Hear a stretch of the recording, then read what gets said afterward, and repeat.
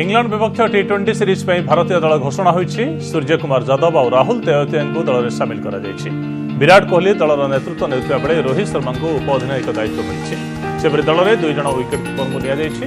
अन्यमानक भितर लोकेश राहुल, शिखर धवन, श्रेयस अय्यर, हार्दिक पांड्या, ऋषभ पंत, ईशान किशन, यजुवेंद्र चहल, अक्षर पटेल, टी नटराजन, भुवनेश्वर कुमार, दीपक चहर और शार्दुल ठाकुर सामिल होइछथि।